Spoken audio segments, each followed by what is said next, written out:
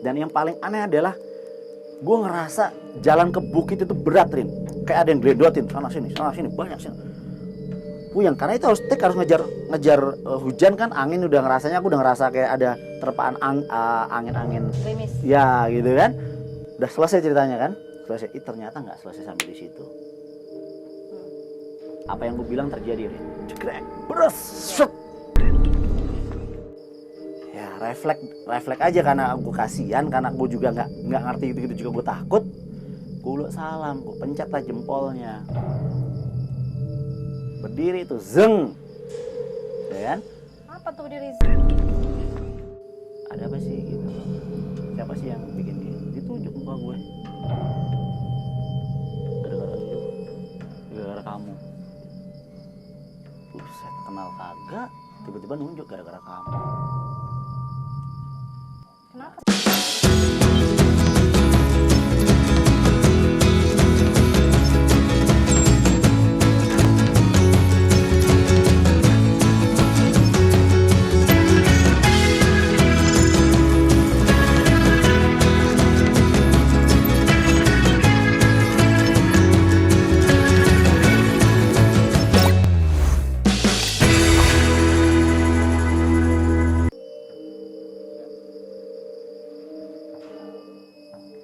Assalamualaikum warahmatullahi wabarakatuh. Halo teman Erin semua, ketemu lagi di Kamis malam alias malam Jumat. Jangan bosan-bosan ya, ketemu lagi bersama saya Erin di konten Posyandu.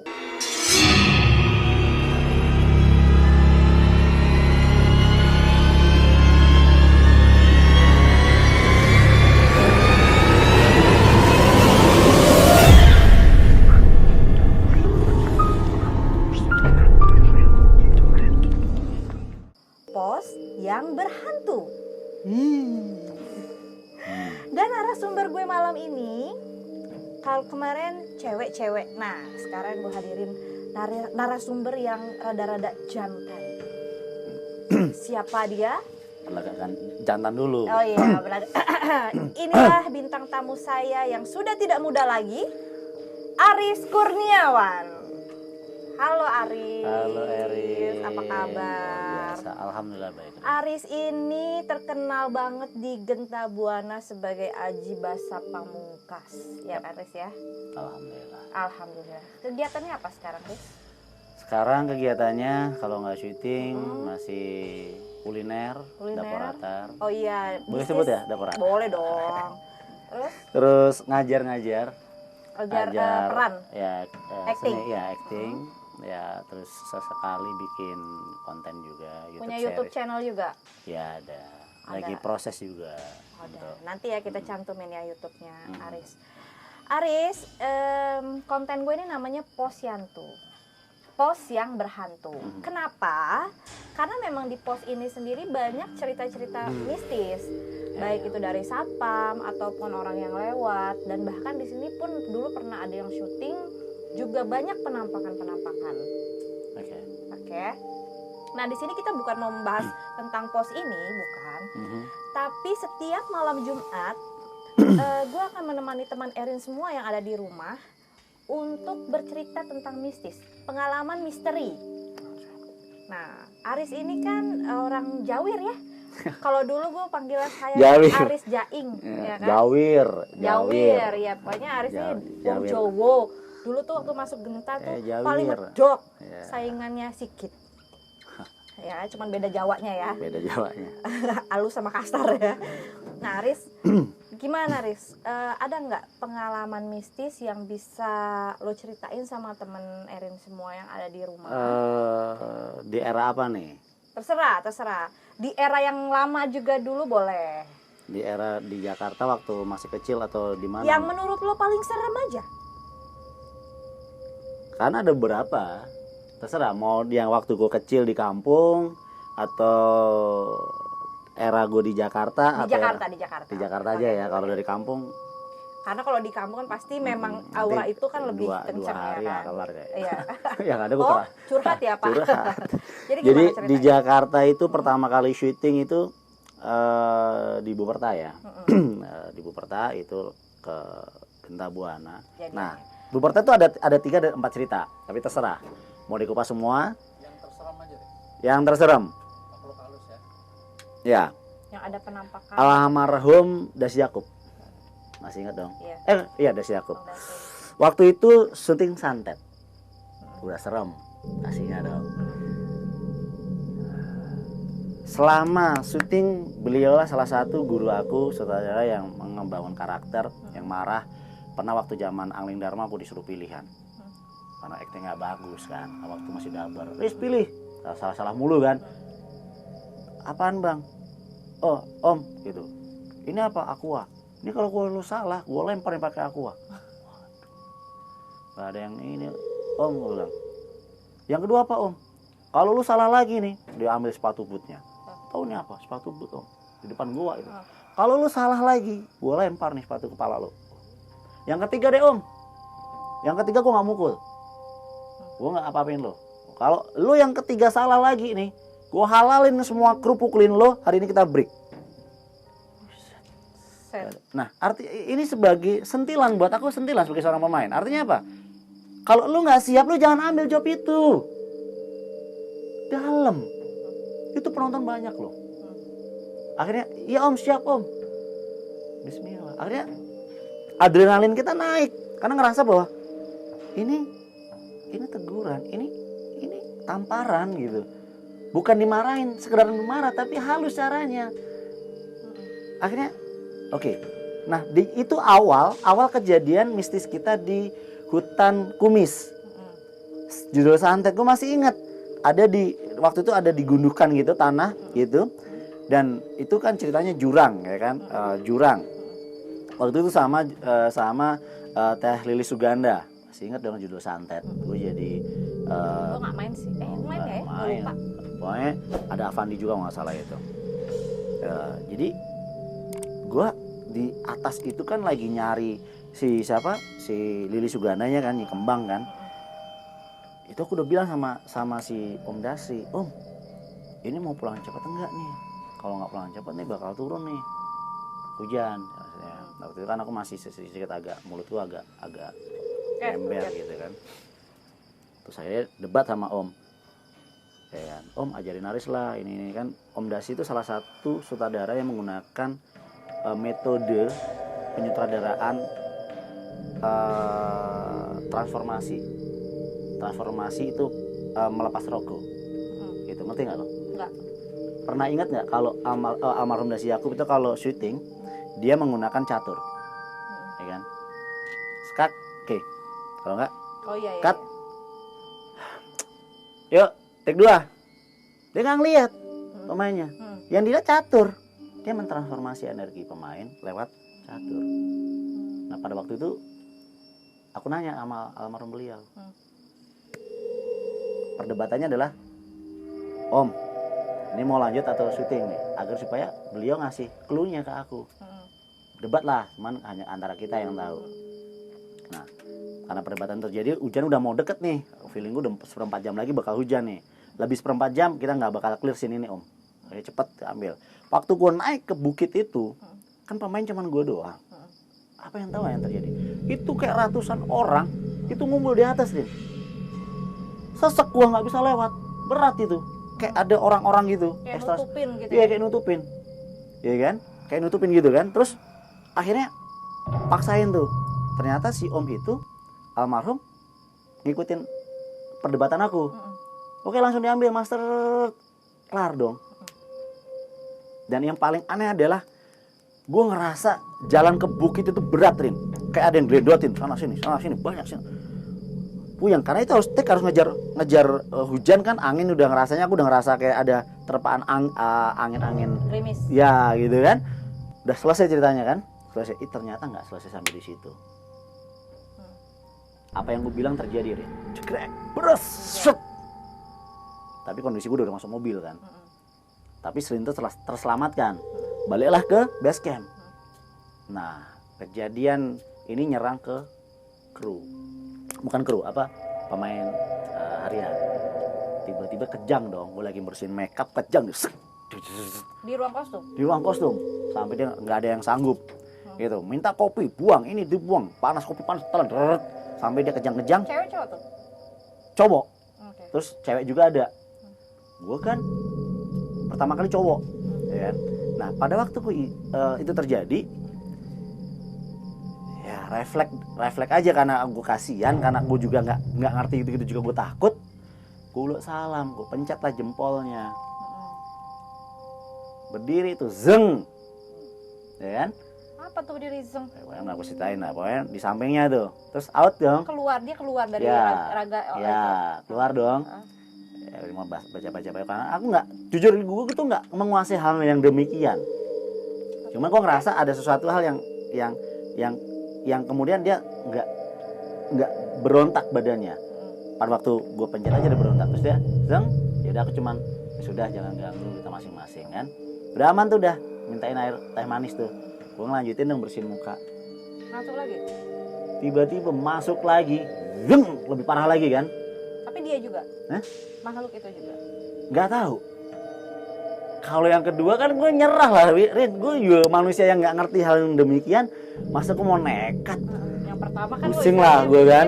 Oh kebetulan gitu kan misalnya ya. Artinya kan kita refleks temen lah. Kalau Iya. kita misalkan siapa lah, terus kemudian dia kenapa-kenapa, kita mencoba untuk memberikan pertolongan pertama lah. Walaupun belum tentu kita mampu juga. Artinya kita ada inisiatif baik aja. Waktu itu sambil menunggu orang yang dianggap mampu. Ternyata bisa. Kebetulan doang. Nah, Biasa aja terus? kayaknya gue apa gitu kan. Terus gue ngajutin dong bersihin makeup. Cuman kok perasaan gue nggak enak gitu. Tiba-tiba ngerang dia lebih parah lagi. orangnya dia juga. Iya, melotot kan. Lebih parah nih, Rin. Terus gue bilang sama teman-temannya, manggil orang yang bisa aja gitu. Oke. Selesai. Datanglah orang tuh. Nggak yang dikenal. Masih umuran aku. Maksudnya dia nggak pernah ada di situ? Enggak. Seminggu dia di situ.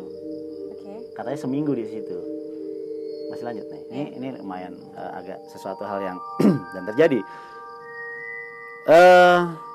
Yang gue bingung adalah ini orang masih muda, orang biasa, kayak orang-orang ya orang-orang biasa lah, warga-warga biasa gitulah, yang ganteng enggak, jelek enggak, ya biasa aja. Tahu nggak yang dia lakukan apa, Rin? Dia cuman duduk, Allahu Akbar, apa tuh? ya kan? Dia cuman begini doang. Jauh. Ya. Enggak, ini misalkan yang kerasukan di depan kita nih. Dia cuman berdiri. Assalamualaikum. Terus kemudian lihat aku. Dia bilang assalamualaikum salam. Dia turun tangannya. Sadar loh. Ini orang nggak dipegang apapun. Gila kan? Masuk akal nggak? Nggak masuk akal. Cuman dia masuk. Assalamualaikum. Makanya lihat ke gua. Ke bangku. Orangnya tidur di situ sama beberapa prajurit. Doski. Oh. Cuman mukanya terus kemudian lihat ke gua. Ya, Apa iya. hubungannya coba? Ya kan? Kan gua jadi parno kan? Ya, waalaikumsalam. Ya kan? Udah selesai. Gua ngobrol dong, Bang. Kenalan. Dari mana? Dari Jawa gitu kan. Ngobrol tadi gimana caranya? Gara-gara siapa sih? Kok bisa kayak gini gitu kan? Sentarin. Nah, setelah itu ngobrol-ngobrol. Gue jadi Nah, parno nih. setelah dia aku nanya dong, ini kok bisa kayak gini, aneh. Tadi kan aku cerita dong. Memang gue nggak bisa apapun, ya itu memang bukan dunia gue kan. Cuman karena spontan aja kemudian, Om Aris tolong dong, atau Bang Aris tolong dong gitu kan waktu itu. Bukan Om ya, Bang ya, masih Mas Abedi waktu itu. Masih muda ya. Nah, gue pencet baca salam, gue ngerasa kayak ada sesuatu yang kemudian Keluar tuh, dari nah, situ, ya. cuman nggak kelihatan, cuman ada sesuatu aja kan, ngerasa cuma perasaanku doang mungkin ya. Terus kemudian kok dia masuk lagi, nah kenapa? Tadi kok abang cuman, oh, dia udah ini, gitu, ajarin lah bang. Saya tanya dong, ada apa sih gitu loh? Siapa sih yang bikin dia? Ditunjuk muka gue, gara-gara lu, gara-gara kamu. Buset, kenal kagak, tiba-tiba nunjuk gara-gara kamu. Kenapa? Flashback ceritanya adalah sebelum kejadian yang syuting di hutan kumis, pas makan siang, ngobrol sama Teh Lilis Sugana kalau masih inget tuh. Kan ceritanya mau izin nih kita nih, biar pulang cepet apa. Teh, kalau sakit nggak dipercaya teh, ya bisa lah. Tapi kalau alam, insya Allah masih bisa. Hujan teh. Nah kalau hujan, turun hujan, ini bisa break. Dan kita, Jadi kong kali kong ceritanya. iya, artinya kan begono kan. Akhirnya, terus gimana? Tenang teh, Bismillah. Ntar gua komat-kamit dikit lah, bilang minta izin sama Allah biar turun hujan. Ternyata hujan. Ternyata hujan. Dan itu sumber permasalahan yang selama ini pernah aku alami. Dan nggak lagi aku coba lagi. Dan selama ini aku nggak pernah nyoba lagi. Karena apa? Orang itu nunjuk. Kamu penyebabnya. Buset. Kok aku nggak ngapa-ngapain loh. Gue syuting seperti biasa. Aku nanya, kok masnya tahu gitu? Abangnya tahu. Saya udah 7 hari di sini. Ngawasin kamu. Ngawasin. Emang salah apa gua? Kenal juga kagak kan? Nah, gua nggak usah ceritain latar belakang dia. Ya nggak penting juga dan nanti mah jatuhnya nggak baik. Adalah dia dari Jawa gitu. Ya kan, disuruh katanya, suruh datang sana ke daerah Jakarta Timur gitu kan, kamu cari orang ini ciri-cirinya gitu. Nah dia ternyata seminggu di Buperta ngawas-ngawasin sampai kejadian paling klimaksnya adalah kejadian hujan tadi. Jadi kenapa lu dibilang lu? Jadi gini, pendek cerita, yang menyebabkan hujan itu siapa? Tunjuk. Oh karena lu yang Aku ngebantah dong. Hujan itu ciptaan Allah. Kan gue bukan pawang hujan. Tapi mulutmu yang ngucap. Paham nggak? Oh, I see. Kayak nggak usah dibahas panjang. Kayak sompral. Nggak usah dipanjangin. Ya udah intinya, gue minta hujan diturunin. Tapi aku waktu dulu kan masih juga ABG. Belum. Apa sih belum ngerti hal-hal yang seperti itu, dampaknya dan lain sebagainya kan. Nah, ditanya sama dia. Saya mau tanya, kalau seandainya itu hujan dan memang terjadi hujan, kalau ada orang nggak kerja gara-gara hujan, siapa mau tanggung jawab? Kalau ada anaknya, istrinya kelaparan di rumah karena hujan dia nggak bekerja, siapa mau tanggung jawab?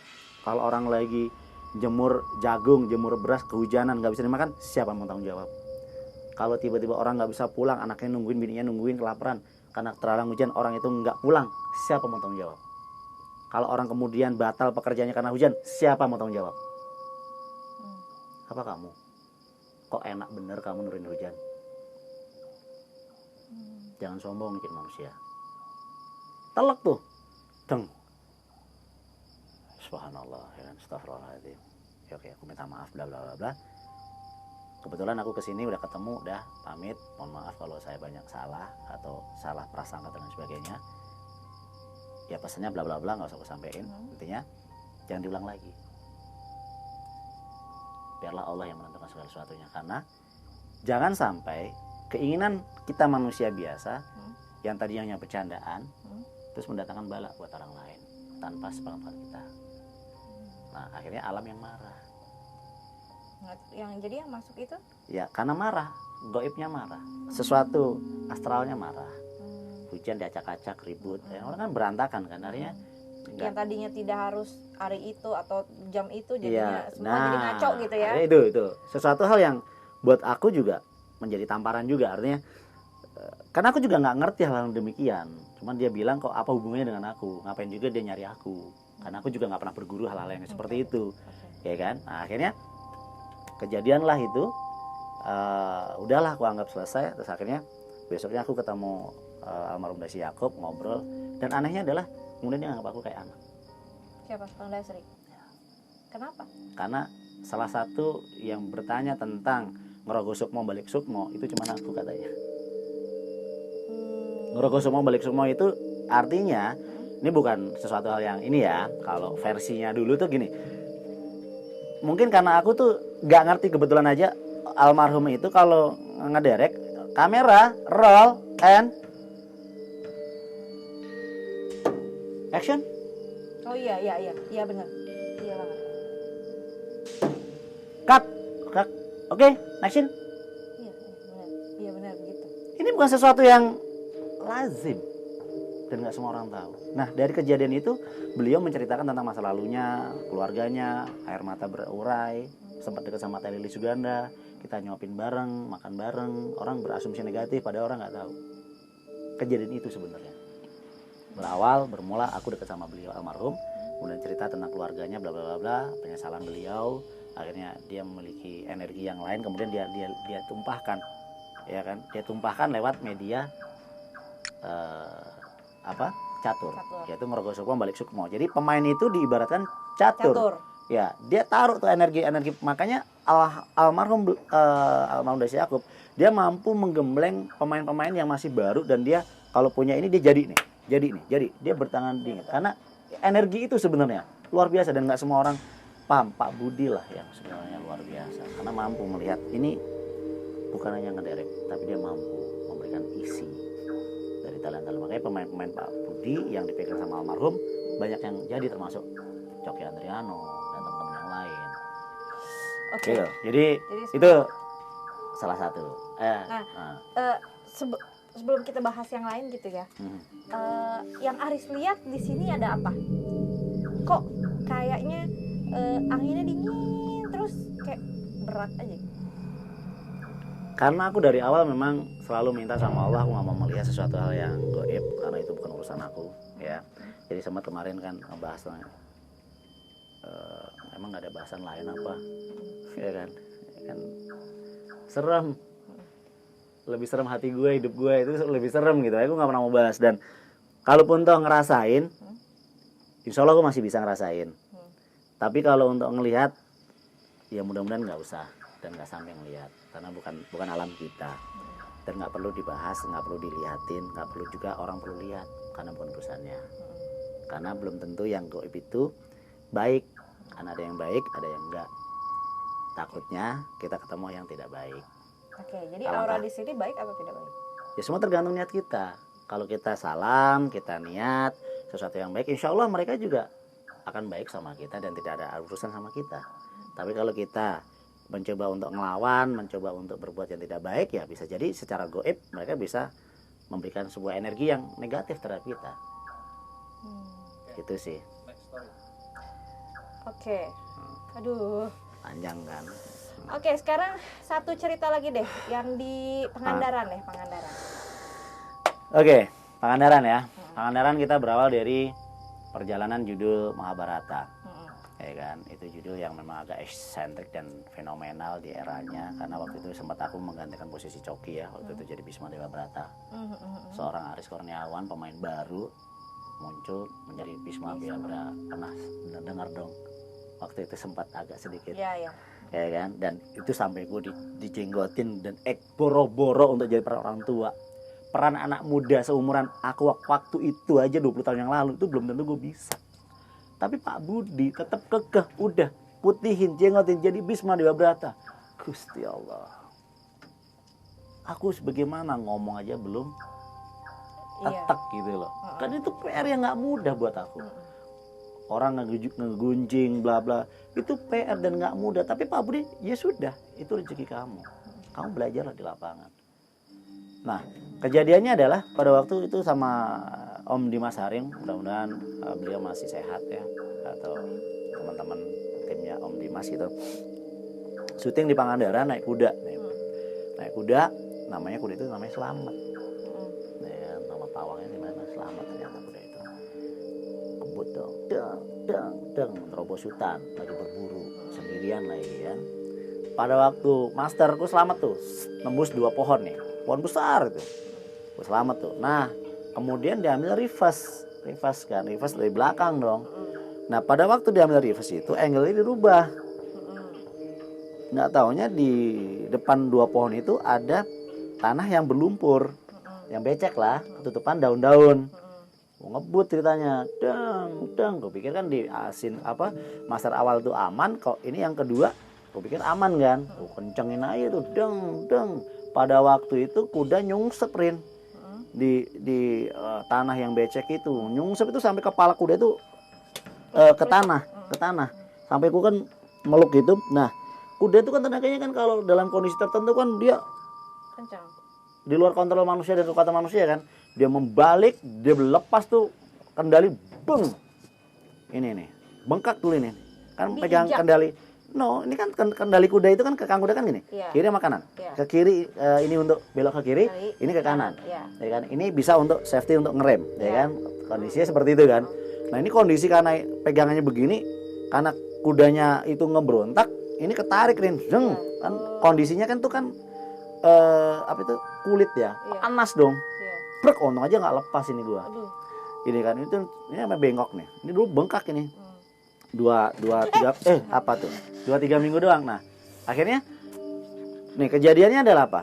Waktu itu kuda lepas kendali, gue kan ketabrak pohon ceritanya. Di antara dua pohon itu salah satu gue tabrakin badan gue serasa. Beng. Mm-mm. Ya kan? Karena waktu itu gue sebut Allahu Akbar gitu kan.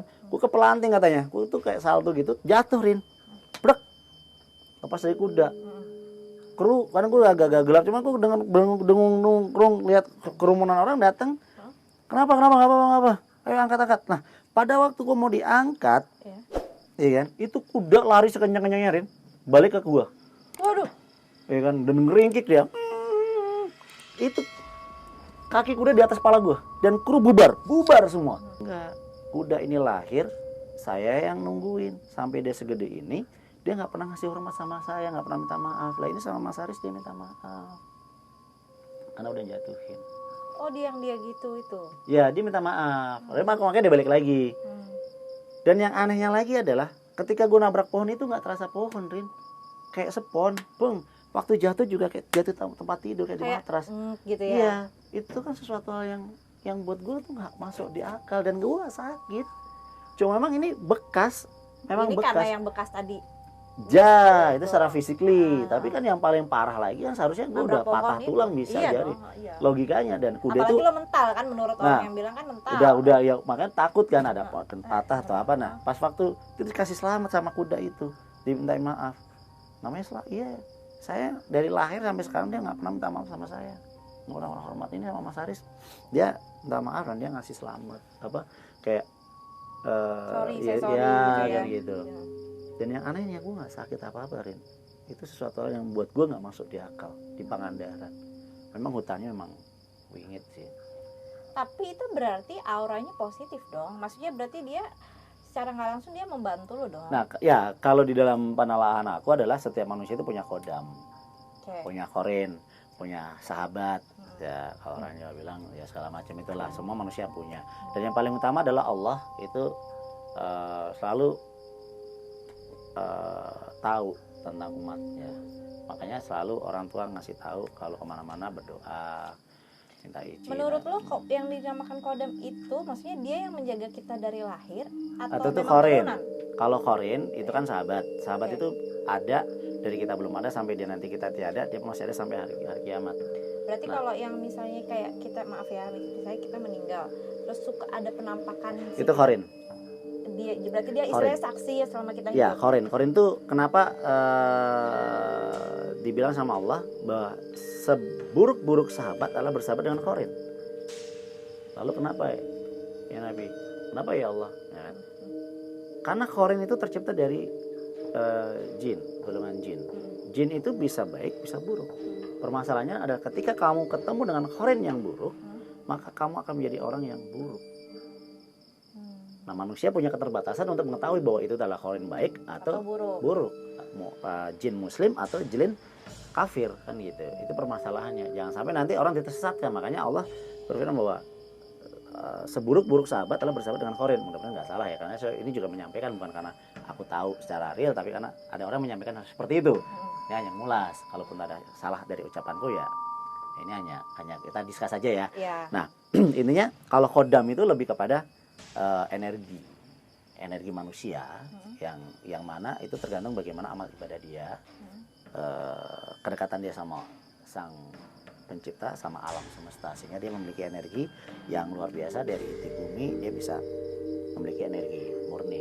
Secara nggak langsung misalnya kalau kayak kita ngelihat orang gitu ya, aura bukan sih? Apanya, lihat apa nih maksudnya? Misalnya kalau kayak kita lihat aura orang ini ada hijau atau apa. Nah, itu dari kodam, dari energi yang dia miliki atau dia kelola dari dia lahir sampai saat dia hidup.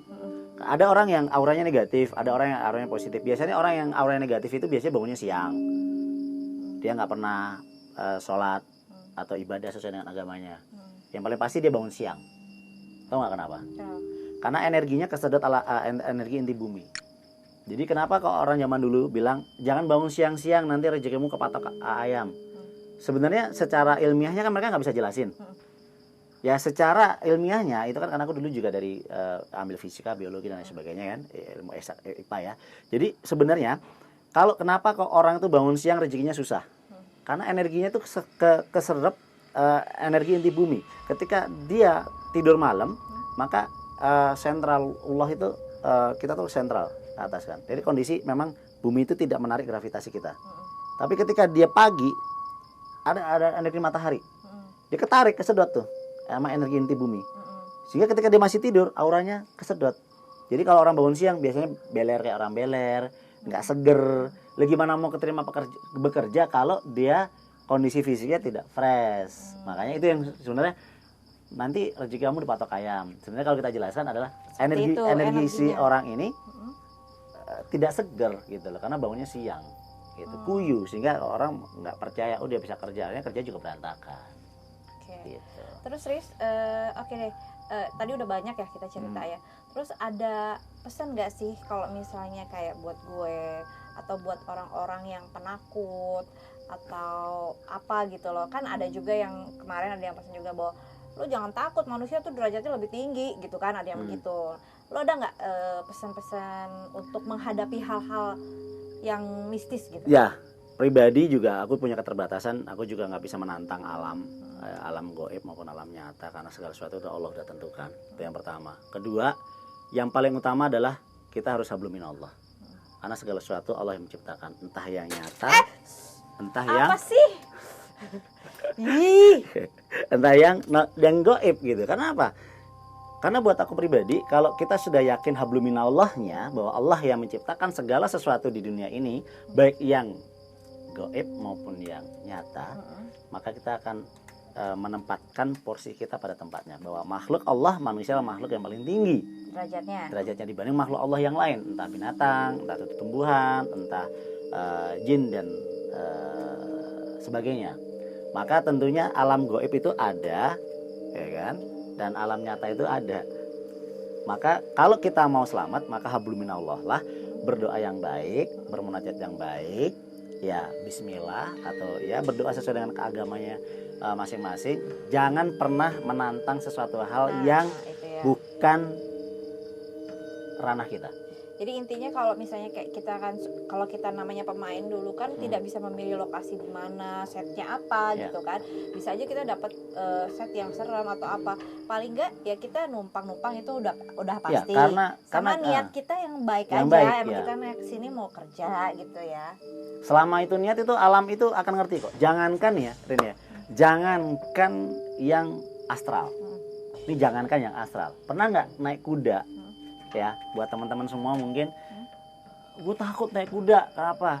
Iya nggak, benar nggak sih? Terus, ya nggak usah takut, kamu kenalin dulu kudanya. Pernah nggak dengar kuda itu yang di sini kan gue sampai diajak berantem sama kuda, akhirnya gue tunjuk, diam lo, Allahu Akbar, diam, duduk, dia berhenti, kakinya akhirnya berantem, gitu kan? Kuda sama kuda, padahal waktu itu gue masih di dalam kondisi naik, lagi perang babat, perang di hutan. Lapangan belakang ya, itu kan, lapangan terbang. Gua kan panglima nih kan. Gua kencang aja kan, itu lapangan dong, pede banget kita kan. Dung sama Pedro waktu itu, kuda hitam kan, tapi udah mati gara-gara maji kan. Salah ngucap ya, gara-gara diseling. Salto. Dung, tiba-tiba tau nggak? Itu kan ada semak belukar, ada jalan setapak. Dikepotin dong Rin. Memaneuver Rin. Gua bisa ngerem. Dia kudanya. Nggak taunya di hutan kumis sudah nunggu 3 kuda. Iya kan, merengkek, berantem Rin, langsung ketemu 3, ini 1 gua, tiba-tiba kuda itu ngebelakangin tuh apa? Berantemnya kan kuda belakang, nyepak, nyodok, gua kan takut setengah mati Rin. Kalau gua nggak jatuh, ya gua kesepak, kalau kesepak tahu sendiri kuda, lu bayangin patah emang, jangankan ini helm aja bisa pecah. Gua mau udah spanning kan, karena waktu itu memang ya ini nih yang terakhir ya, ini termasuk horor juga sih, ada mistisnya juga. Gua tarik turin sekuat-kuat tuh Pedro, gua tampar tuh mukanya tuh. Buak! Allahu Akbar. Diam. Lo gituin si Iya kuda, kan? si Pedro. Sama si yang kuda lainnya. Hah. Langsung nunduk tuh. Kesempatan dong, gua belokin, gua balik ke lokasi. Si Pedro ini nurut. Ngikut. Tapi kan sebelumnya kan dalam kondisi gua hampir tidak sadar. Iya. Antara gua mati atau gua celaka dah. Gue tarik kenceng, gue tampol tuh pala kudanya, pipinya, buah, ya kan, diam loh. Gue tunjuk tuh langsung, set, gue baca-baca tuh, subhanallah, udah lerem, langsung gue cabut tuh. Itu ketakutan gue luar biasa, karena aku sempat lihat cerita Rizal Fadli ya, tempurungnya kena. Iya. Itu pernah gue alamin, makanya gue nggak pernah namanya main-main dengan makhluk Allah apapun itu, entah tumbuhan, entah binatang. Kenapa? Mereka pakai feeling. Okay. Makanya seringkali sebelum naik kuda kenalin dulu. Iya, memang kalau Namanya kalau ada Pedro dilus-lus, terus ngambil rumput atau apa kasih makan, diciumin keringat kita agar supaya apa? Dia feeling. Iya. Gitu. Akhirnya kuda itu tidak akan memberontak ketika kita naikin. Ada orang yang kadang-kadang badannya gede terus terus ajakin berantem, dia marah terus ditabrakin pohon kan ada. Kalau nggak dijatuhin. Banyak Gitu. banget sih pengalaman kalau kuda itu ya. Sedikit ya cerita ya, gue juga dulu pernah adegan kayak gitu juga tuh, terus tiba-tiba jadi kita nggak tahu ini mistis apa enggak ya, jadi kita naik kuda nih, harusnya kan di persimpangan jalan itu kita belok kiri, nah ini kuda selalu belok kanan gitu kan, ulang lagi, pas persimpangan itu udah di pelan-pelanin, nanti dia belok kiri ya gitu kan, pasti tetep tuh giran mau kesini dia belok kanan. Kalau yang jadi kuda gue, Rin, gue belok ke rumah, Rin. Belok apa? Belok ke rumah. Ke rumah mana? Ke rumah gue. Ada lagi. Bawa pulang gitu. Iya, bawa pulang Nah, kalau gue kudanya kan itu. Tapi yang kayak gitu-gitu, menurut lo hewan itu lebih sensitif nggak sih sama hal-hal yang Ya, dia lebih sensitif dengan hal yang gaib karena dia lebih merasakan auranya dibanding manusia. Oke. Tumbuhan aja bisa kelihatan, yang gaib ada di tumbuhan itu bisa kelihatan. Jadi menurut lo semua kayak patung atau lukisan itu bisa dimasukin ke Ya, makanya kan di Al-Quran atau di Islam itu kan dilarang menaruh sejenis patung atau gambar-gambar di rumah karena malaikat nggak akan masuk. Katanya seperti itu. Nah itulah teman Erin ya, sedikit banyak cerita tentang Aris ya. Jadi sebenarnya jadi tahu gitu, sebenarnya hal mistis itu bukan yang selalu berhubungan dengan yang namanya penampakan, makhluk halus, poci, bakun, apa segala macam gitu. Mistis itu kadang-kadang yang nggak bisa diterima oleh nalar aja gitu kan ya. Ya sifatnya memang alam astral, alam gaib yang memang itu nggak bisa dilihat tapi bisa dirasakan. Tapi bisa dirasakan. Nah itu dia teman Erin semua. Aduh seru banget ya pembicaraan malam ini ya. Ya semoga teman Erin semua suka dengan ceritanya ya Aris ya. Karena Aris ini banyak banget ceritanya, gue yakin banget ya. Sampai di saat di sini juga ya boleh nongol, boleh lihat tapi nggak boleh nimbrung. Iya nggak boleh nimbrung. Karena dari tadi gue ngerasain sini berat banget. Terus kayak angin ditiup. Gitu ya gitulah pokoknya. Kalau kalian suka, kalian komen sebanyak-banyaknya ya, di share, di like. Siapa tahu nanti next ya Aris ini bisa datang lagi ke sini untuk menceritakan pengalaman yang lainnya, karena banyak banget ya Aris ya, banyak dong pengalamannya. Iya banyak banget sih, nggak ada lah. Pokoknya gue tahu banget Aris lah, banyak banget pengalaman yang berhubungan dengan itu.